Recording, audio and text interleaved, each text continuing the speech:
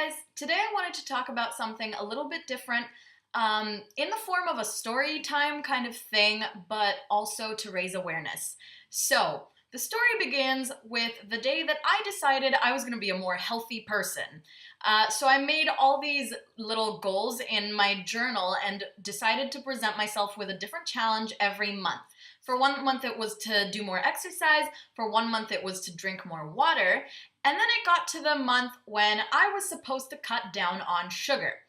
Now, before I begin, some of the rules that I made for myself were pretty dumb in hindsight and probably contributed to the fact that I failed miserably. So I decided that I wasn't just going to cut down on added sugar and, sugary things in general. I was also going to cut down on natural sugars, so things like fruit, which is such a stupid idea because fruit is good for you. Keeping in mind that some people who struggle with diabetes are actually advised not to eat too much really sweet fruit because the natural sugars still do have an effect on your body. However, for a normal person who doesn't have any problems with insulin and who doesn't have diabetes, it should be okay for me to eat fruit. So essentially, because I decided that I wasn't going to eat fruit either, I was not only cutting down on sugar, but cutting down on the entire flavor of sweetness in my entire diet, which, as you can imagine, made me lose my shit. So the first day that I started this challenge, I had actually not slept the previous night. I decided to pull an all-nighter for some reason, and it was already morning and officially the first day of my no sugar challenge, and I was about to get ready to go to bed in the morning at like 7 a.m. or something, and I went to the fridge because I never go to bed fully hungry, and I went to the fridge to just grab a little something to eat or drink before I went to bed, and there was Yakult in the fridge, which, if you don't know about Yakult, it's kind of like a really watery, liquidy drinking yogurt. It has some kind of stuff in it that actually helps your digestion, so it does have some health benefits. However, it's also really sweet and really sugary. So I was reaching into the fridge to grab it, and then I suddenly realized, oh my god, it's my no sugar challenge, day 1. This has so much sugar in it. And I stopped right there. I was like, oh my fucking god, this is gonna be impossible, and closed the fridge, didn't get anything to eat, and went upstairs to my room and had a mental breakdown, like day 1, first few hours of the no sugar challenge, because granted, I was also sleep deprived, so I was really tired, and when you get tired, your emotions go haywire, so that was already causing me to go nuts, but then the added fact that I had this stress with not being able to eat sugar affected me even more.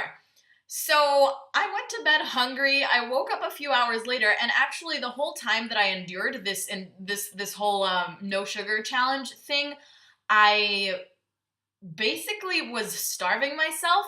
I was avoiding eating anything at all because it's actually so difficult to figure out what does and does not have sugar in it. I live in China, and in China there's a huge problem with sugar because everything has sugar in it. Like you'll buy bread at the supermarket that's supposed to be just normal whole wheat bread or whatever, but it's actually got sugar in it, added in for some reason to give it more flavor or whatever.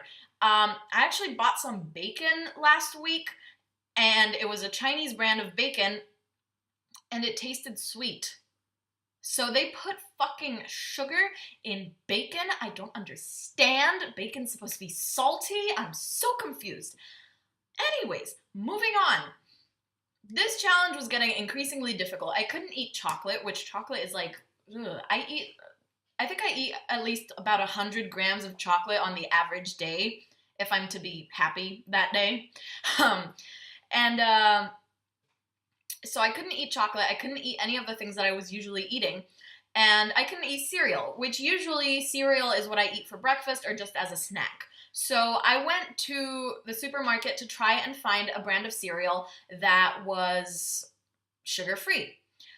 I figured cornflakes, you know, just the average cornflakes with no flavor at all. I thought, those are great. Those probably don't have sugar in them. I looked on the ingredients list and the second or third ingredient was sugar. What? I mean, and I think that was like a breaking point, not a breaking point, but like it really, really changed my perspective because cornflakes are so average tasting. And I'm not talking about like Frosties type cornflakes. I mean cornflakes. They have no taste whatsoever. I usually sweeten my milk. Like I add sugar into the milk if I eat cornflakes because they're so bland. But I found out that they actually have sugar in them. And I never thought to check that before, you know? I'm not so health conscious that I always check the ingredients on the things that I buy at the supermarket. But for that month, you know, I was just trying it out. And it was so difficult to find anything that was sugar-free. I couldn't snack on anything because when I went to the convenience store, I was like, okay, I can't eat sugary snacks, so I'll get some Doritos or some Pringles or something as a snack instead. But nope, Pringles and Doritos both have sugar in them. I know I'm kind of ranting and just rambling right now, but I want you guys to kind of think about that. So this whole idea of this video sparked because I saw an article on BuzzFeed about sugar and how much sugar there really is in our everyday life. I'm actually going to leave a link down below to this article so you guys can read it and find out more. But basically what they're saying is that you shouldn't be having more than between 6 and 9 teaspoons of added sugar every day. And a 12-ounce can of soda has 10 teaspoons of sugar. My phone is buzzing. I'm sorry. So that really makes you think about how much sugar you're actually taking in every single day without even being aware of it because it's legitimately hidden in things that you wouldn't expect to have sugar in them. Things like tomato sauce, even pizza, you know? Even things that are known to be salty and oily and fatty and unhealthy in other ways actually do contain sugar and are unhealthy in that way as well. So ultimately, within 5 days of trying my no sugar challenge, I quit. I was done. I couldn't handle it anymore. I was freaking out. It was an emotional train wreck. I was hungry. I couldn't figure out what I was supposed to be eating. And, you know, eventually I just gave up. The problem with sugar is that it's one of those things that's actually really bad for you, but nobody thinks about. Because if you're going out and drinking a lot of alcohol, or if you're taking drugs, at least you know that shit is bad for you. You know, like, you know what you're getting yourself into. And people are constantly talking about how drugs are bad for you and how alcohol is bad for you and all these things. But people rarely talk about how serious sugar actually is and how big of a problem it actually is. It's hidden in everything that we eat, in all of our foods that we don't even expect to have any sugar in them. And it is addictive. Like, our body craves it and makes us eat more of it. Like, you see something sweet and your brain is just like, I want that, you know? And we never think about these kinds of things. And the problem with it is that it legitimately is a drug. It has all the properties of a drug.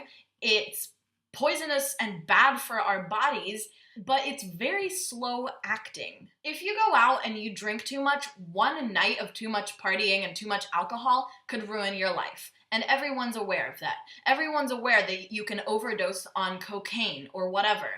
But nobody talks about the fact that every single day of your life, you are taking in way more sugar, or probably you are. You're taking in way more sugar than you should be, and it's slowly killing you. It's giving you a higher risk of heart disease, obesity, diabetes. And my mom, when she was pregnant with my little sister, actually got a kind of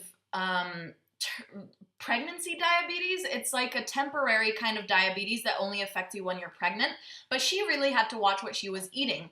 And I was 11 years old back then, so I wasn't really thinking about how difficult that was for her. But looking back on how my mere 5 days of no sugar went, I cannot imagine life without sugar. And the fact is that if you're going overboard every day, drinking too many fizzy drinks and eating cookies all the time and taking in excessive amounts of sugar, you are increasing your chance of developing diabetes. And if you do get diabetes, it's not something that's easy to control or handle. And that's when you're really gonna have to cut down on all the sweet things that you used to crave. And that's not something that I would wish upon anybody, because from how my experience went, I would lose my mind. I cannot. I cannot. I have so much respect actually for people who have to deal with diabetes every day, because I cannot imagine living like that. So you're doing a really fucking good job if you're dealing with that every single day. Now, I'm trying to look at what I could do to improve my lifestyle and to cut down on sugar in a way that won't be impossible for me to handle. And the first thing that you should be doing is cut down on processed foods, because it's exhausting to look at every ingredient on the list on the back of every single box. You can't just be standing in the aisles at the supermarket and reading every single ingredient to make sure that there isn't an excessive amount of sugar. Instead, you can decide on what you do want to be keeping in your diet, what you do want to eat. For example, my favorite sweet thing is chocolate. And I'm actually lucky because my favorite is dark chocolate. I prefer chocolate that's, 75% cocoa or above. So that's actually really good, because if I eat 100-gram chocolate bar every single day, but it's 75% cocoa, that's actually not necessarily going above the limit of the amount of sugar that I should be consuming in a day. And to replace the other sweet things that you're eating every day, you could be eating fruit or drinking natural fruit juice, freshly squeezed, not stuff that you get in a bottle at any shop, because chances are that has all kinds of preservatives and added sugar in it, artificial flavoring, artificial coloring, all that stuff. Not good. You should be trying to learn to cook.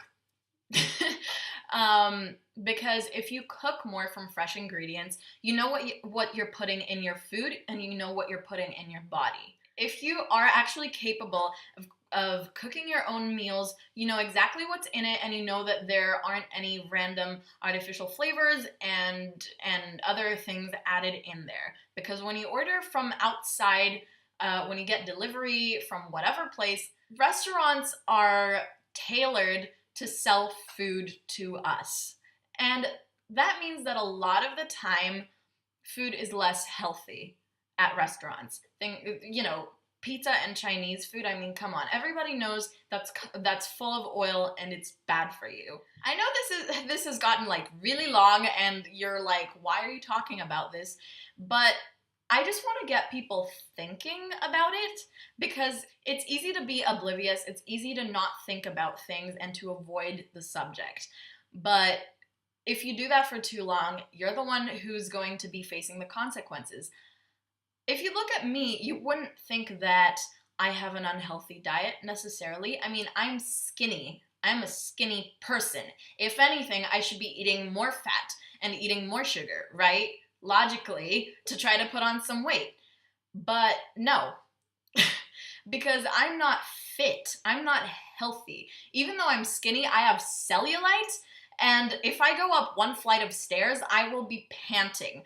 I just started the squat challenge. So I did 50 squats yesterday and 55 squats today, and my thighs are burning. And at my age, I should not find that so difficult. I should be able to do 50 squats and go up a flight of stairs without tiring myself out. But I can't, because I have a really unhealthy diet. I'm not eating what I should be, and I'm eating too much of what I shouldn't be eating.